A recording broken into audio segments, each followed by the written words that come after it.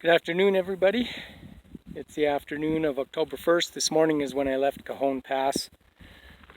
I did stay at the Best Western last night. I think I mentioned that, but I forgot to mention that they had a hot tub, heated, jetted. Oh, that was glorious last night. So the 14 and change miles that I've done, I'm at mile 356, was actually okay. The trail conditions were good. They weren't really rocky. I'm over 6,200 feet. I've doubled I started at about 3,100 feet, so pretty good climb. But the weather was just perfect. It wasn't too hot, slight breeze, and a lot of energy after all of the food last night, I guess. So I found a campsite. Views don't get much better than this. Although, again, on camera, I'm not sure if you can see as well as I can see.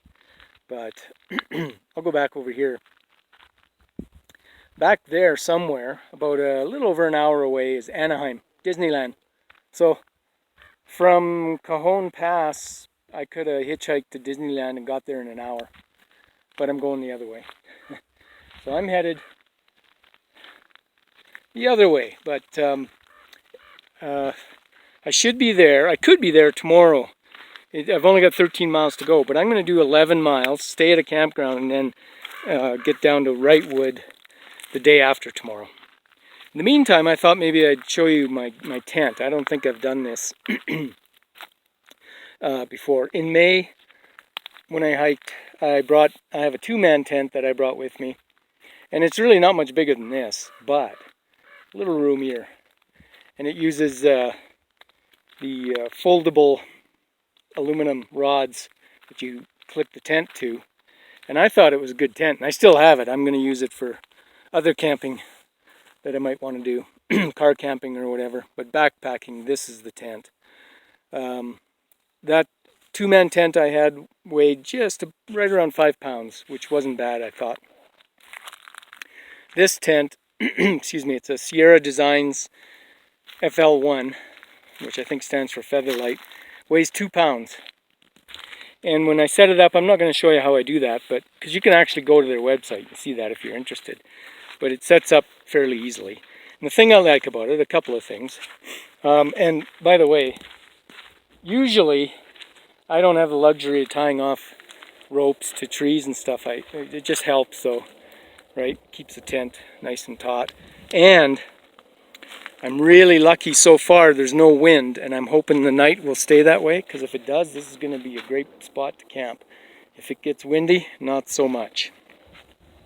So the beauty of this is it uses my tent poles to support on both sides, and then it creates I'll show the other side instead, and it creates this diagonal roof line.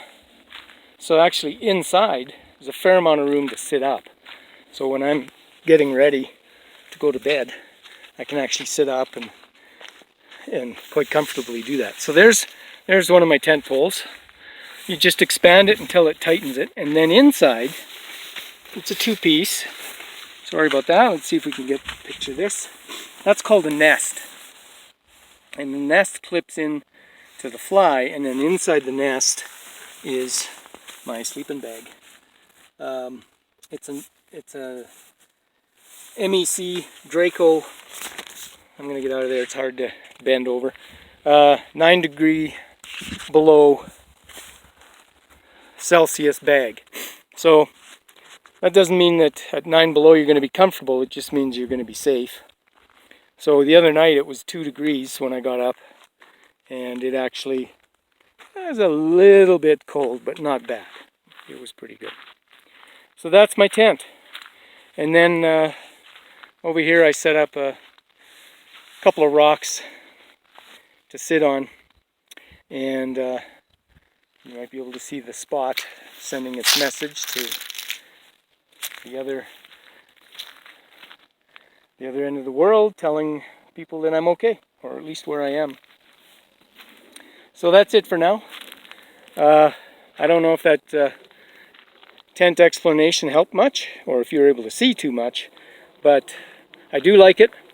2 pounds is nice, and I get to use the trekking poles for double duty. So that's it for now. I'm going to make some supper, and probably the next time you hear from me will be either tomorrow night at the campground or from Wrightwood.